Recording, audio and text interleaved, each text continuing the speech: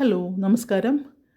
നമുക്ക് ഇന്നത്തെ പവിത്രത്തിൻ്റെ കഥ നോക്കാം. ഇന്നിപ്പോൾ 8/5/25 കഥയാണ് കേട്ടോ. അപ്പോൾ എന്താ വെച്ചാൽ എൻ്റെ രാധാ സുമിലി കിച്ചൻ ആദ്യമായിട്ട് കാണുന്നവരാണെങ്കിൽ ഒന്ന് സബ്സ്ക്രൈബ് ചെയ്യണേ പ്ലീസ്. അതുപോലെ ഒന്ന് ബെല്ലൈക്കൺ അമർത്തി ഒന്ന് ഒരു ലൈക്കൊക്കെ തന്ന് സപ്പോർട്ട് ചെയ്യണേ. അപ്പോൾ കഥയിലേക്ക് വരാം നമുക്ക്. അപ്പോൾ അടുക്കളയിൽ നിന്ന് അങ്ങനെ ഒരു സംഭാഷണം ഉണ്ടായി. അപ്പോൾ മാഷ് ഒന്ന് അടിപതറുന്നുണ്ട്. കാരണം സാധാരണഗതിയിൽ മാഷാണ് കഥയൊക്കെ പറഞ്ഞ് എല്ലാവരെയും ഒന്ന് ഇരുത്തുന്നത്. അപ്പോൾ അവിടുന്ന് നമ്മളുടെ വേദ ആ കഥയുടെ ബാക്കിയും കൂടെ പറഞ്ഞ് കൊടുക്കുകയാണ് മാഷ്ക്ക്. അപ്പോൾ പിന്നെ പറയും, മനുഷ്യനാണ് തെറ്റ് ചെയ്യുന്നതെങ്കിൽ മനുഷ്യരായിട്ട് തന്നെ അത് തിരുത്തി കൊടുക്കണ്ടേ എന്നൊരു വാക്ക് നമ്മുടെ വേദ മാഷോട് പറയുന്നുണ്ട്. അപ്പോൾ മാഷ്ക്ക് അത് ശരിക്കും ഉള്ളിൽ കൊണ്ടു. മാഷ് എന്നിട്ട് അങ്ങനെ തിരിച്ച് റൂമിൽ വന്നിട്ട് ഇങ്ങനെ ബെഡ്റൂമിൽ ഇങ്ങനെ ഇരിക്കുകയാണ്. ഇങ്ങനെ ഇരുന്നിട്ട് അങ്ങനെ ആലോചിക്കുകയാണ്. അപ്പോഴേക്കും നമ്മുടെ കമലമ്മ ചെല്ലേണ്ട ഒരു ഗ്ലാസ് വെള്ളമായിട്ട്. അപ്പോൾ ചെല്ലണ സമയത്ത് പിന്നെ എന്താ മാഷ് ചോദിക്കും, അപ്പോൾ താനെന്തിനാണ് വെള്ളം കൊണ്ട് വന്നതെന്ന് ചോദിക്കും. അപ്പോൾ പുതിയ മരുമകൾ പിന്നെ എന്നോട് അങ്ങനത്തെ സംസാരിച്ചത് കൊണ്ട് ഞാൻ ദാഹിച്ച് വന്നിരിക്കുകയാണോ എന്നാണ് വിചാരിച്ചത്. അങ്ങനെയൊന്നുമില്ല മാഷേ എന്നൊക്കെ പറയാം. അപ്പോൾ പറയും, പിന്നെ അവൻ പറഞ്ഞത് ശരി തന്നെയാണ്. കുറേ കുട്ടികൾ എന്താണ് എൻജിനീയർമാരും ഡോക്ടർമാരും കലക്ടർമാരൊക്കെ ആവിയായിരിക്കാം. പക്ഷേ മറ്റുള്ള കുട്ടികളുടെ കാര്യം അത് അങ്ങനെ കുറേ ഡയലോഗുകൾ മാഷ് പറയുന്നുണ്ട് കേട്ടോ. അപ്പോൾ പറയും മറ്റേ കമലമ്മ പറയും, പിന്നെ അതല്ല ഒരിക്കലും ഒരു പക്ഷേ മാഷ് അത് അവരെ നന്നാവാൻ വേണ്ടി പറയുന്നതായിരിക്കും. പക്ഷേ അത് അങ്ങനെയല്ല, കേൾക്കുന്നവർക്ക് അത് അങ്ങനെയല്ല തോന്നുന്നത്. കാരണം എന്താ വെച്ചാൽ ആ മാഷയുടെ ദേഷ്യം, എവിടെയും എത്താതെ പോയ അവരോടുള്ള ദേഷ്യം, പിന്നെ അതുപോലെ അവരെ കുറ്റപ്പെടുത്തുന്നതും അങ്ങനെ എന്താണ് വിദ്വേഷമായിട്ടാണ് തോന്നുന്നത്. ഒരു തരം പക പോലെയാണ് കേൾക്കുന്നവർക്ക് തോന്നുക. അപ്പോൾ പറയും, എനിക്ക് എൻ്റെ മക്കളോട് എന്ത് പകയാണ് കമല, നീയോ അങ്ങനെയാണോ വിചാരിച്ചിരിക്കുന്നത് എന്നൊക്കെയും പറയും. അങ്ങനെയല്ല മാഷേ എന്ന് പറയും. അപ്പോൾ പറയും, പിന്നെ മൂത്ത 2 മക്കളും പടുമരങ്ങളായിപ്പോയി. പിന്നെ മൂന്നാമത്തവനിലായിരുന്നു പ്രതീക്ഷ. അപ്പോൾ അവന് വേണ്ടി സ്വയം വഴി വെട്ടി പോവുകയും ചെയ്തു. അപ്പോൾ ആ ഒരു പ്രതിഷേധം, മനസ്സിലെ വിഷമം എനിക്കുണ്ട്. എൻ്റെ വിഷമാണത്. ഇപ്പോൾ മാത്രമല്ല, ഞാൻ കല്ല് പോലെയാണ് എൻ്റെ മനസ്സ്. അപ്പോൾ എൻ്റെ ഉള്ളിൽ നിന്ന് വരുന്ന വാക്കുകളും കൂർത്ത കൽക്കഷ്ണം പോലെയായിരിക്കും എന്നൊക്കെ ഇങ്ങനെ പറയേണ്ട. കാരണം ഡയലോഗ് നമുക്ക് പറഞ്ഞ് ഫലിപ്പിക്കാൻ കുറച്ച് പ്രയാസമാണ്. അതുകൊണ്ട് ക്ഷമിക്കുക. ഓക്കെ. അങ്ങനെ മാഷ് പറയുകയാണ്. അപ്പോൾ പറയും, ഞാൻ അങ്ങനെ ഉദ്ദേശിച്ചല്ല മാഷെ പറഞ്ഞറിയാം. അപ്പോൾ പറയും, പുതിയ മരുമകൾ പറഞ്ഞില്ലേ, തെറ്റ് ചെയ്ത മനുഷ്യരാണ് ക്ഷമിക്കേണ്ടത് എന്ന് പറഞ്ഞത്. ആ കുട്ടി ഞാൻ മറന്നു പോയതല്ല, പക്ഷേ ആ ബാക്കി കഥകൾ കൂടെ പറഞ്ഞു എന്നൊക്കെ ഇങ്ങനെ പറയുകയാണ്. അപ്പോൾ അവൾ കുറ്റപ്പെടുത്തുന്ന പോലെ അല്ല പറഞ്ഞിരിക്കുന്നത്. മാഷ് ഒരിക്കലും അവൾ കുറ്റപ്പെടുത്തുന്ന, മാഷ്ക്ക് അങ്ങനെയാണോ തോന്നിയത് എന്ന് പറയാം. പക്ഷേ കമലമ്മ പറയുന്ന ആ ഒരു കുറച്ച് വാക്കുകൾ നമ്മളെ മാഷ്ക്ക് വല്ലാണ്ട് കൊള്ളും. കാരണം എന്താ വെച്ചാൽ മക്കളെ കുറ്റപ്പെടുത്തി സംസാരിക്കുമ്പോൾ പക്ഷേ കേൾക്കുന്നവർക്ക് അങ്ങനെയല്ല തോന്നുന്നത് എന്നുള്ളൊരു കുറച്ച് വാക്കുകൾ നമ്മുടെ കമലമ്മ പറയുന്നുണ്ട്. അത് മാഷ്ക്ക് അത് ശരിക്കും നല്ല വിഷമം. അപ്പോൾ മാഷയുടെ മുഖമൊക്കെ മാറുകയാണ്. അപ്പോൾ മാഷ്, അയ്യോ അങ്ങനെയല്ല മാഷെ ഞാൻ ഉദ്ദേശിച്ചത് എന്നൊക്കെ അങ്ങനെ പറയുമ്പോൾ അപ്പോൾ മാഷ് പറയും, അങ്ങനെയല്ല, അതല്ല കമല, എനിക്ക് മനസ്സിലായി എന്നൊക്കെ അങ്ങനെ പറയാണ്. ഇനി താനും കൂടെ ഉള്ളൂ എന്നെ കുറ്റപ്പെടുത്താൻ. തനിക്കറിയോ നാട്ടിൽ എന്നെക്കുറിച്ച് മറ്റുള്ളവർ പറയുന്നത് എന്താണെന്നറിയുമോ? 3 മക്കളെ സ്കൂളിലെ കുട്ടികൾക്ക് വിദ്യാഭ്യാസം കൊടുത്ത് അവരെ നേർവഴിക്ക് നടത്തിയ ഒരു അധ്യാപകന് സ്വന്തം മക്കളെ പിന്നെ നേർവഴിക്ക് നടത്താൻ പറ്റാത്തൊരു കഴുതയാണ് ഞാനാണെന്ന് ഈ നാട്ടിലൊരു പറച്ചിലുണ്ട് എന്ന് പറയും. അപ്പോൾ അങ്ങനെയൊന്നും ആരും പറയില്ല മാഷേ എന്ന് പറയും. അപ്പോൾ പറയും, ഉണ്ട് കമല, നിനക്കത് അറിയാഞ്ഞിട്ടാണ്. ഞാനൊരു കഴുതയാണ്. കാരണം എൻ്റെ സ്വന്തം മക്കളെ നേർവഴിക്ക് നടത്താൻ പറ്റാത്തൊരു കഴുതന്നെയല്ലേ ഞാൻ. ഇതൊക്കെ എൻ്റെ മാഷ് സ്വയം പറയാണ്. അപ്പോൾ പറയും, അയ്യോ മാഷ അങ്ങനെയൊന്നും ചിന്തിക്കണ്ട, ഞാൻ അങ്ങനെ ഉദ്ദേശിച്ച് പറഞ്ഞതല്ല, പിന്നെ വേദി അങ്ങനെ ഇതായി പറഞ്ഞതല്ല എന്നൊക്കെ പറയുന്നുണ്ട്. എന്ത് പറഞ്ഞാലും പക്ഷേ കമലമ്മ പറഞ്ഞ ഒരു ഡയലോഗ് എന്തായാലും മാഷ്ക്ക് നന്നായിട്ട് കൊള്ളുകയാണ്. പക്ഷേ അങ്ങനെ തോന്നുള്ളൂ. ഇപ്പോൾ പ്രേക്ഷകരായി നമുക്ക് ഒരു പക്ഷേ മക്കളോടുള്ള ഒന്നും എവിടെയും എത്താതെ പോയ മക്കളോടുള്ള പ്രതിഷേധമോ സങ്കടമോ ഒക്കെ ആയിരിക്കാം. പക്ഷേ കേൾക്കുന്നവർക്കും തോന്നുന്നത് മാഷ് ഒരു തരം ശപിക്കുന്ന പോലെയാണ്, നന്നാവില്ല, അല്ലെങ്കിൽ അവരെ നന്നാക്കാൻ ശ്രമിച്ചില്ല എന്നുള്ള ഒരു ഇത് തന്നെയാണ് നമുക്കും തോന്നുക കേട്ടോ. അങ്ങനെ അത് പറഞ്ഞ് അങ്ങനെ മാഷ് പെട്ടെന്ന് അങ്ങനെ ബാത്റൂമിലേക്ക് പോവുകയാണ്. ബാത്റൂമിലേക്ക് പോയിട്ട് അവിടെ നിന്ന് പൊട്ടി പൊട്ടി പൊട്ടി കരയുന്നുണ്ട്. കരഞ്ഞ് ഷവർ ഓണാക്കിയിട്ടിട്ട് വായിൽ തോർത്ത് വെച്ച്, കാരണം പുള്ളിയുടെ സങ്കടങ്ങൾ, കാരണം അങ്ങനെയാണ് പുള്ളി സ്വയം അങ്ങനെ ഞാൻ എന്താണ് ഒരു ഇതായി. കാരണം കമലമ്മ പറയുന്നുണ്ട് മാഷ്ക്ക് എന്താണ് അങ്ങനെ ഒരു തോന്നലാണ്, മാഷാണ് എല്ലാം എന്നുള്ളൊരു തോന്നലാണ്. അത് കമലമ്മയാണോ ഇനി മാഷാണോ പറയണമെന്ന് അറിയില്ല, മാഷിനെ തോന്നുന്നു പറയുന്നുണ്ട്. അപ്പോൾ അങ്ങനെ ഒരു ഇതുണ്ടാവും, കാരണം എൻ്റെ മേലെ ആരും വരരുതെന്ന് ഞാൻ അങ്ങനെ ചിന്തിക്കുന്നില്ല, ഞാൻ അങ്ങനെയാണ്. പക്ഷേ മറ്റുള്ളവർ മനസ്സിലാക്കുന്നത് രാവും പകലും ഞാൻ കടന്ന് കഷ്ടപ്പെടുന്നത് ആർക്ക് വേണ്ടിയിട്ടാണ് എന്നൊക്കെ അങ്ങനെ പറയുന്നുണ്ട് മാഷ് കുറേ. അങ്ങനെ മാഷുടെ കൺട്രോൾ മുഴുവൻ പോകുമ്പോൾ മാഷ് അങ്ങനെ പൊട്ടി കരയുകയാണ് ബാത്റൂമിൽ കയറിയിട്ട്. ഷവർ ഓണാക്കി വെച്ച് വായിൽ തോർത്ത് കൊണ്ട് വായിൽ വെച്ച് അങ്ങനെ സങ്കടം കടിച്ചമർത്തി അങ്ങനെ കരഞ്ഞ് ആ ഒരു സീന് നമുക്ക് വല്ലാത്തൊരു വിഷമം. ഒരു അച്ഛൻ്റെ സങ്കടമോ ദേഷ്യമോ വിദ്വേഷമോ മക്കൾ നന്നായില്ലല്ലോ എന്നുള്ള ആ ഒരു എന്തൊക്കെയോ ഒരു ആയുള്ള ഒരു ഇതുണ്ടല്ലോ, ആ ഒരു അതാണ് ഓരോ അച്ഛന്മാരുടെ മനസ്സിലുണ്ടാവും. അവരുടെ പ്രതീക്ഷയ്ക്കൊത്ത് മക്കൾ വരാത്ത ഒരു വിഷമം അതെല്ലാ അച്ഛന്മാർക്കും ഉണ്ടാവില്ലേ, അച്ഛനമ്മമാർക്കും ഉണ്ടാവും. അച്ഛന്മാർക്കല്ല, പ്രത്യേകിച്ച് അച്ഛന്മാരെന്ന് പറഞ്ഞു കഴിഞ്ഞാൽ അവർക്ക് വേണ്ടി രാപ്പകൽ കഷ്ടപ്പെടുന്ന അച്ഛന്മാർക്ക് തീർച്ചയായിട്ടും അങ്ങനൊരു വിഷമമുണ്ടാവും. അവരുടെ സങ്കല്പത്തിനൊത്ത് മക്കൾ വന്നില്ല എന്നുള്ളത്. മക്കൾ ഒരു പ്രായം കഴിയുമ്പോൾ അവരുടേതായ വഴികൾ തിരഞ്ഞെടുക്കുകയാണ്. ഒരു 15 വയസ്സ് വരെയൊക്കെ എല്ലാവരും നോക്കും, പക്ഷെ അത് കഴിഞ്ഞൊക്കെ സ്വന്തം കാലിലാണ് എല്ലാവരും നിൽക്കാൻ പോകുന്നത്. എന്തായാലും അപ്പോൾ അങ്ങനെ ആ ഒരു സീൻ അങ്ങനെ കഴിയുന്നുണ്ട്. പിന്നെ നമ്മുടെ വിക്രം ആകപ്പാടെ വെപ്രാളം പൂണ്ടിങ്ങനെ റൂമിൽ ഇരിക്കുകയാണ്. വിക്രമല്ല, പിന്നെ കണ്ട നമ്മുടെ സാബു പോലീസ് റോഡിൽ ഇങ്ങനെ വണ്ടി സൈഡാക്കിയിട്ട് ഇങ്ങനെ ആരെയോ കാത്തു നിൽക്കുന്ന പോലെ നിൽക്കുകയാണ്. അപ്പോൾ അവിടേക്ക് ഇയാൾ വരിക, ആരാ, നമ്മുടെ വേദയുടെ ചേട്ടനുണ്ടല്ലോ ശ്രീകാന്ത്, അയാൾ കാർ കുറച്ച് പിന്നിൽ നിർത്തിയിട്ട് വരുന്നുണ്ട് ഇങ്ങോട്ട്. അപ്പോൾ പറയും താനെന്തിനാ എന്നെ കാണണമെന്ന് പറഞ്ഞാൽ കൈയൊക്കെ കൊടുത്ത് സംസാരിക്കുക. അപ്പോൾ പറയും താൻ എന്ത് പണിയാണ് കാണിച്ചത്, വഴി കൂടെ പോയ അവനെ പിടിച്ച് ലോക്കപ്പിലാക്കേണ്ട വല്ല കാര്യം ഉണ്ടായിരുന്നു, താൻ എന്ത് പണിയാണ് കാണിച്ചത് എന്ന് പറയും. അപ്പോൾ പറയും അത് സാറിൻ്റെ അനിയത്തി ആണ് പ്രശ്നം ഉണ്ടാക്കിയത്, അവളെ കൂടെ പോകുമ്പോൾ എന്തിനെ അവൻ്റെ കൂടെ അവളുള്ളപ്പോൾ താൻ എന്തിനാണ് പിടിക്കാൻ പോയത്, അവളെ എന്തെങ്കിലും മോശമായിട്ട് പറഞ്ഞു വയ്ക്കുമ്പോൾ ഇല്ല ഞാൻ അങ്ങനെയൊന്നും പറഞ്ഞിട്ടില്ല, പക്ഷെ അവളെ നന്നായിട്ട് മോശമായിട്ട് പറഞ്ഞതാണ് ഈ നമ്മുടെ വിക്രമത്തിന് അത്രയും ഇതാക്കുന്നത്.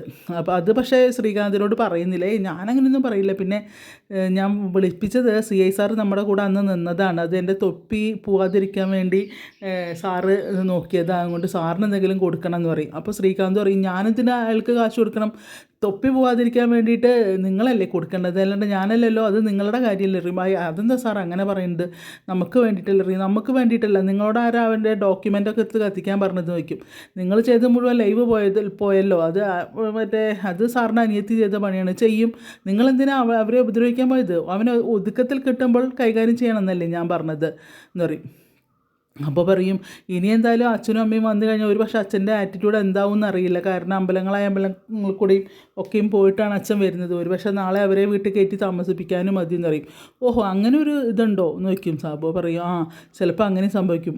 അങ്ങനെ വന്നു കഴിഞ്ഞാൽ സാറ് പുറത്താവുമല്ലോ, കാരണം അവൻ വേന്ദ്രനാ, അവന് എല്ലാം കൂടെ വെട്ടിപ്പിടിക്കുന്ന ഒരു സ്വഭാവമുണ്ട് അവൻ, അപ്പോൾ അതുപോലെ ചെയ്യുള്ളൂ അറിയുമ്പോൾ താൻ പോടോ, താൻ വേണ്ടാത്തൊന്നും പറയാൻ നിൽക്കലറിയും. അപ്പോൾ സാറിന് പേടിയുണ്ടല്ലേ എന്ന് വയ്ക്കും സാബു. അപ്പോൾ പറയും പേടിച്ചിട്ടൊന്നുമല്ല എന്ന് പറയും. അപ്പോൾ പറയും എന്തായാലും സാറ് സർക്കിളിന് എന്തെങ്കിലും ചെയ്യണം, കാരണം അങ്ങനെയുള്ള ആളെ നമ്മളെ കൂടെ നിർത്തുന്നത് നല്ലതാണ്, കാരണം മൂപ്പർക്ക് ഉന്നതങ്ങളിലൊക്കെ നല്ല പിടിപാടുണ്ട്, അങ്ങോട്ട് അങ്ങനെ ഒരാൾ നമ്മളെ കൂടെ നിൽക്കുന്നത് നല്ലതാണ് എന്ന് പറയും. അപ്പോൾ പറയും പിന്നെ എന്താണ്, അപ്പോൾ അങ്ങനെ അതിനെപ്പറ്റിയാണ് സംസാരിക്കുക. അപ്പോൾ പറയും എന്തായാലും തൻ്റെ അക്കൗണ്ടിലേക്ക് ഞാൻ ശരി എന്ന് പറയും, തൻ്റെ അക്കൗണ്ടിലേക്ക് ഞാൻ കാശിടാന്ന് പറയും. കാരണം വിക്രമിനെ വേദനയും കൂടി ഉപദ്രവിക്കുക, കാരണം ഈ ഐഡിയ, അതായത് വിക്രമിനെ പോലീസ് അറസ്റ്റ് ചെയ്ത് കൊണ്ടുപോകുമ്പോൾ വണ്ടിയിൽ നിന്ന് എടുത്ത് ചാടിയിട്ടാണ് അയാളുടെ മേല് മുറിയായത് എന്നുള്ള ഐഡിയ പറഞ്ഞു കൊടുക്കുന്നത് CI സാറാണ്. അപ്പോൾ വേദോട് ശ്രീകാന്തിനോട് ഈ പോലീസുകാരൻ പറയുന്നുണ്ട്, സാബു പറയുന്നുണ്ട് അങ്ങനെ സാറാണ് പറഞ്ഞത്, അങ്ങനെ അല്ലെങ്കിൽ നിങ്ങൾ കാക്കിയിട്ടവരൊക്കെ എന്തെങ്കിലും ഒരു കാര്യം വന്നാൽ എല്ലാവരും ഒരുമിച്ചല്ലേ എന്ന് പറയും. അപ്പോൾ ഇയാളിങ്ങനെ ചിരിക്കുകയാണ്. അപ്പോൾ പറയും തൻ്റെ കാര്യം പിന്നെ എന്തിനാ ഞാൻ നോക്കണേ, നിങ്ങൾ ചെയ്താൽ പോരെ പറയുമ്പോൾ അങ്ങനെ പറയാൻ പറ്റില്ല സാറ് എന്നെ സഹായിച്ചില്ലെങ്കിൽ ഞാൻ ഈ കാര്യങ്ങളൊക്കെ സാറിൻ്റെ അച്ഛനോട് പറയുന്നത് പറയുമ്പോൾ എന്താ താനെ ബ്ലാക്ക് മെയിൽ ചെയ്യണം വയ്ക്കും. അവല്ല ബ്ലാക്ക് മെയിൽ ചെയ്യല്ല, സാറിൻ്റെ അച്ഛനും അവനെ ഒതുക്കണം എന്ന് പറഞ്ഞ് ഇരുന്നിരുന്ന ആളാണല്ലോ എന്നൊക്കെ അങ്ങനെ പറയുകയാണ്. അപ്പോൾ പിന്നെ എനിക്ക് സാറിനോട് പറയേണ്ടി വരും എന്നൊക്കെ പറയും. ശരി, കാരണം ഇപ്പോൾ ശ്രീകാന്ത് ഏറ്റവും വലിയ വെമ്പാലിനെ പിടിച്ച് തലയിൽ വെച്ച പോലെ കരുത്ത് ചുറ്റിയ പോലെയാണ് അവസ്ഥ. സാബു സാബു അപ്പോൾ പറയും ശരി തൻ്റെ അക്കൗണ്ടിലേക്ക് ഇടാന്ന് പറയും. അല്ല എൻ്റെ അക്കൗണ്ടിലേക്ക് ഇടണ്ട, ഞാനൊരു അക്കൗണ്ട് തരാം സാർ, അതിലേക്ക് ഇട്ടാൽ മതി അറിയാം. അപ്പോൾ പറയും അതൊന്നും വേണ്ട, ഇനിയിപ്പോൾ താൻ വേറെ ഏതെങ്കിലും അക്കൗണ്ടിൽ നിന്ന് ഞാൻ അതിലേക്ക് കാശ് ഇട്ട് ഞാൻ അത് വല്ലവരും കണ്ടുപിടിച്ച് വേണം പ്രശ്നം ഉണ്ടാക്കാൻ. താനൊരു കാര്യം ചെയ്യും, വീട്ടിലേക്ക് വരും, ഞാനപ്പോൾ കാശ് അവിടെ നിന്ന് തരാം എന്നറിയും. കുറച്ച് നീരസത്തിൽ തന്നെയാണ് ശ്രീകാന്ത്. കാരണം ശ്രീകാന്ത് വിചാരിച്ച പോലെയല്ല കാര്യങ്ങൾ. ഇനിയും ഇയാളെ പൂട്ടാനുള്ള പരിപാടിയാണ്, നമ്മുടെ വിക്രമിനെ പൂട്ടാനുള്ള പരിപാടിയും കൊണ്ട് നടക്കുകയാണ് സാബു. അതിൽ പിന്നെ സാബുവിനെ അവിടുന്ന് സ്ഥലം മാറ്റിക്കുമോയെന്നും അറിയില്ല. എന്തായാലും അങ്ങനെ ശ്രീകാന്ത് പോവാണ്. പിന്നെ കാണിക്കുന്നത് നമ്മളെ വേദ ഒരു ഗ്ലാസ് പാലൊക്കെ ആയിട്ട് വിക്രമിൻ്റെ റൂമിലേക്ക് ചെല്ലാം. അപ്പോൾ പറയും എനിക്ക് പാലൊന്നും വേണ്ടെന്നറിയും. അപ്പോൾ വേദ പറയും ഇത് ഞാൻ കൊടുന്നതല്ല, അമ്മ തന്നതാണ്, കുറേ ഇടിയൊക്കെ കൊണ്ട് മേലൊക്കെ ചതഞ്ഞിരിക്കുന്നതല്ലേ, ശരീരമൊക്കെ ഒന്ന് ഉഷാറാവട്ടെ, അതുകൊണ്ട് തന്നതാണെന്ന് പറയും. അപ്പോൾ ഒന്നും മിണ്ടുന്നില്ല. അപ്പോൾ ഇങ്ങനെ പിടിച്ച് നിൽക്കും. അപ്പോൾ അവിടെ നിന്നിട്ട് ഇങ്ങനെ സംസാരിക്കും. അപ്പോൾ പറയും നിങ്ങൾക്കറിയില്ല അന്ന് അച്ഛൻ അനുഭവിച്ച വേദന. അച്ഛൻ അത്രയും അയാളോട് ശ്രീനിവാസനോട് പറയണമെങ്കിൽ അച്ഛൻ്റെ ഉള്ളിൽ എന്തുമാത്രം വിഷമം ഉണ്ടാവുമെന്ന് നിങ്ങൾ എപ്പോഴെങ്കിലും ആലോചിച്ചിട്ടുണ്ടോ എന്ന് വയ്ക്കും. അപ്പോൾ അച്ഛന് മാത്രമേ ഉള്ള വിഷമം, വേറെ ആർക്കും ഇല്ലേ വിഷമം നിറയ്ക്കും. അത് നിങ്ങളൊരു അച്ഛനാകുമ്പോഴേ നിങ്ങൾക്ക് അച്ഛൻ്റെ ആ പ്രായത്തിൽ വരുമ്പോൾ നിങ്ങൾക്കത് മനസ്സിലാവുകയുള്ളൂ എന്നൊക്കെ ഇങ്ങനെ പറയുകയാണ് നമ്മുടെ വേദ. നിങ്ങൾ ചെയ്യുന്ന ഓരോ പ്രവൃത്തി നിങ്ങൾ പിന്നീട് അതിനെപ്പറ്റി നിങ്ങൾ ആലോചിച്ചിട്ടുണ്ടോ എന്ന് ചോദിക്കും. അപ്പോൾ ഇങ്ങനെ നോക്കുക, ഞാനിതിൽ ആലോചിക്കണം, അതിൻ്റെ ആവശ്യമൊന്നും എനിക്കില്ല, വേണം. അന്ന് എന്നെ താലി കിട്ടി, ബലമായി താലി കിട്ടിയെന്ന് നിങ്ങൾ അന്ന് എന്താ ചെയ്തത് വയ്ക്കും. വേറൊരു പെൺകുട്ടിയുടെ താലി ഇറക്കാനല്ലേ നിങ്ങൾ ശ്രമിച്ചത്? ഏതോ ഒരു പിള്ള സാറ് പറഞ്ഞിട്ടല്ലേ നിങ്ങളത് ചെയ്തു? അയാളുടെ അമ്മാവന്, ആ പെൺകുട്ടിയുടെ അമ്മാവനല്ലേ, ആ അമ്മാവനും അമ്മയും കൂടെ കളിച്ച കളിയിലല്ലേ ആ പെൺകുട്ടിയുടെ ജീവിതം ഇല്ലാതാക്കിയത്? അതൊക്കെ ഇപ്പം എന്തിനാണ് നീ അറിയേണ്ടത്? അതൊന്നും ഞങ്ങൾക്ക് അറിയേണ്ട ആവശ്യമില്ല, ഞങ്ങളോട് പറയുന്ന കാര്യങ്ങളാണ് ഞങ്ങൾ ചെയ്യുന്നത് പറയും. അപ്പോൾ നിങ്ങളോട് പറയുന്ന കാര്യങ്ങളാണോ നിങ്ങൾ ചെയ്തത്? നിങ്ങൾ പിന്നീട് അവരുടെ ഭാവിയെക്കുറിച്ച് ആലോചിച്ചിട്ടുണ്ടോ എന്നൊക്കെ ചോദിക്കുകയാണ്. അപ്പോൾ ആ പെൺകുട്ടി, ആ പയ്യൻ എന്ത് പറ്റിയെന്ന് അറിയുമോ നിങ്ങൾക്ക് വയ്ക്കും. അതെന്തിന് ഞാൻ അന്വേഷിക്കണമെന്ന് അറിയും. അറിയണം, നിങ്ങളറിയണം. ഞാൻ കണ്ടിരുന്നു ഒരു പ്രാവശ്യം അയാൾ റോഡിൽ കൂടെ പോണ സമയത്ത് ഒരു വണ്ടി വന്ന അയാൾക്ക് ഇടിച്ച് ആക്സിഡൻറ്റ് ആവുന്നതാണ് അറിയും. അപ്പോൾ അങ്ങനെ പല ആക്സിഡൻറ്റുകളും ഉണ്ടാവും എന്ന് പറയുകയാണ് നമ്മുടെ വിക്രം. ഞാൻ പറഞ്ഞത് പല ആക്സിഡൻറ്റ് ഉണ്ടല്ലോ, അത് വേണമെന്ന് ചെയ്ത ആക്സിഡൻ്റാണ്. ആ പിള്ള സാർ എന്ന് പറഞ്ഞ ആൾ ചെയ്യിച്ചതാണ്. അതിന് ദൃക്സാക്ഷിയിലുണ്ട്. ഇന്ന് അയാൾ വീൽ ചെയറിൻ്റെ മുകളിലാണ് ആ പയ്യൻ. അവൻ്റെ ജീവിതം പോയോ എന്ന് ചോദിക്കും. അപ്പോൾ അവർ കൊടികുത്തിയ ആ പെൺവീട്ടുകാർ, പക്ഷേ ഇവൻ ആവറേജേ ഉള്ളൂ അവൻ്റെ വീട്ടിലെ ജീവിതസ്ഥിതി. ഇപ്പോൾ അവൻ്റെ ജീവിതം എന്തായി? അത് കഴിഞ്ഞ് ആ പെൺകുട്ടി, പിന്നെ പെൺകുട്ടീനെ അവളുടെ അമ്മയും അമ്മാവനും, അതായത് ഈ പിള്ളസാറും കൂടെ ഫോഴ്സ് ചെയ്ത് വേറെ കല്യാണം കഴിക്കാൻ തീരുമാനിച്ച് മനസ്സ് മുട്ടി ആ കുട്ടി ആത്മഹത്യക്ക് ശ്രമിച്ചു പറയുമ്പോൾ ഇവരുടെ മുഖത്തൊരു ഞെട്ടലുണ്ടാവുകയാണ് നമ്മുടെ വിക്രമിൻ്റെ മുഖത്ത്. അതിൽ ആ കുട്ടി ആത്മഹത്യക്ക് ശ്രമിച്ചു, അത് നിങ്ങൾക്കറിയോ എന്ന് ചോദിക്കും. അപ്പോൾ ഇങ്ങനെ നോക്കുക, അപ്പോൾ അറിയാം ആ പെൺകുട്ടി. എന്നിട്ട് ആ പെൺകുട്ടീനെയും ഞാൻ കണ്ടിരുന്നു. ഇപ്പോൾ അവൾ പക്ഷേ മരിച്ചില്ല, രക്ഷപ്പെട്ടു. കൃത്യസമയത്ത് അവർ കണ്ടതുകൊണ്ട് രക്ഷപ്പെട്ടു. ഇപ്പോൾ ആ കുട്ടി മൂകയാണ്, ആരോടും മിണ്ടാറില്ല, റൂമിൻ്റെ ഉള്ളിൽ അടച്ചൊരു ഭാഗത്ത് മിണ്ടാതിരിക്കുക. അപ്പോൾ അവളെ ഒരു പ്രാവശ്യം ഞാൻ കണ്ടിരുന്നു. അപ്പോൾ അവൾ എൻ്റെ അടുത്ത് എല്ലാ കാര്യങ്ങളും പറഞ്ഞു എന്നറിയാം. അപ്പോൾ നിങ്ങൾക്ക് ഇങ്ങനെ ഓരോന്ന് ചെയ്ത് വെച്ച് പോവാം. അത് അനുഭവിക്കുന്ന ആൾക്കാർക്കേ ഉള്ളൂ അതിൻ്റെ വിഷമം എത്രയെന്നറിയാം. ഇപ്പോൾ വില്ലനും നായകനും കൊണ്ട് സ്റ്റണ്ട് കൂടുമ്പോൾ പലരും മരിച്ചു വീഴുന്നുണ്ട്. കാരണം അവർക്കൊന്നും മുഖങ്ങളില്ല, അവരെ അന്വേഷിക്കുന്നില്ല, അവർക്ക് എന്താണ് സംഭവിക്കുന്നതെന്ന് ആരും നോക്കുന്നില്ല. അതാണ് സംഭവിക്കുന്നത് എന്നൊക്കെ തന്നെ പറയുന്നുണ്ട്. നമ്മളെ വേദം നല്ല അടിപൊളി ഡയലോഗ് വെച്ച് കാത്തുണ്ട്. ഇവന് ഒന്നും പറയാനില്ല. ആർക്കാ? നമ്മുടെ വിക്രമിന് ഒരു അക്ഷരം മിണ്ടാനുള്ള വാക്കുകളില്ല വിക്രമിന്, ഒന്നും മിണ്ടുന്നില്ല. അങ്ങനെ പറയുകയാണ് ഡയലോഗ്. ഞാൻ നിങ്ങളെ ജീവിതത്തിലേക്ക് എങ്ങനെ കടന്നു എന്ന് നിങ്ങൾക്കറിയപ്പോൾ അത് പിന്നെ നിങ്ങൾ താലി കെട്ടിയോണ്ട് മാത്രമൊന്നല്ല ഞാൻ വന്നത്, ഇതിൻ്റെ പിന്നിലും ഒരു കഥ ഉണ്ട്. അപ്പോൾ അവളൊരു സ്വപ്നം കാണുന്നുണ്ട്, ഇവനെ എല്ലാവരും കൂടിയും കൊല്ലാൻ അന്ന് പ്ലാൻ ചെയ്യണ ദിവസം, അതായത് ശങ്കരനാരായണൻ ജഡ്ജിയും അവളുടെ ആങ്ങളെയും പോലീസുകാരും ഒക്കെ കൂടെ കൊല്ലാൻ പോകണമെന്ന് ആ ദിവസം ഇവൾ കേൾക്കുന്നുണ്ട്. അന്ന് അവൾ ഉറക്കത്തിൽ കാണുകയാണ് ഇങ്ങനെ ഒരു തെയ്യക്കോലം വന്ന തൊട്ട് പോലെ, പിന്നെ ഒരു അശരീരി പോലെ, നിനക്ക് വേണ്ടിയാണ് ഞാൻ ജീവിച്ചത് അങ്ങനെയൊക്കെ പറഞ്ഞ് ഈ വിക്രം എന്നെ അവർ കൊല്ലാൻ കൊണ്ടുപോകുക. എന്നിട്ട് സ്വപ്നം കണ്ട് വേദന മുന്നിൽ വെച്ച് സാബു വക്കീൽ വെടിവെക്കുകയാണ് നമ്മളെ വിക്രമിനെ. അങ്ങനെ അതിന്നാണ് അവൾ ആ ഡൈവേഴ്സ് ഒന്ന് ഒഴിഞ്ഞ് പോരുന്നത്. അല്ല, ഡൈവേഴ്സ് എന്നല്ല, താലി പിന്നെ ഒഴിഞ്ഞു പോരുന്നത്. അപ്പോൾ അങ്ങനെ പറയും, എൻ്റെ വിക്രമിൻ്റെ ജീവിതത്തിലേക്ക് വന്നതൊക്കെ പറയും. അപ്പോൾ എന്ത് കാര്യം കൊണ്ടാണ് ഞങ്ങൾ വന്നത് വയ്ക്കുമ്പോൾ താലിയാണോ എന്നിങ്ങനെ പറയും കേട്ടോ. അപ്പോൾ നമ്മളെ വേദം അങ്ങനെ ചിരിക്കുകയാണ്. എന്നിട്ട് പാലവിടെ വെച്ചിട്ട് ഇങ്ങനെ ചിരിച്ചിട്ട് അങ്ങോട്ട് പോവും. അങ്ങനെ പോയിട്ട് അവിടെ പോയി ഇരിക്കുകയാണ് കേട്ടോ. നമ്മളൊരു തിണ്ടിൻ്റെ മുകളിൽ ഇങ്ങനെ വേദം അങ്ങനെ ഇരിക്കുന്നുണ്ട്.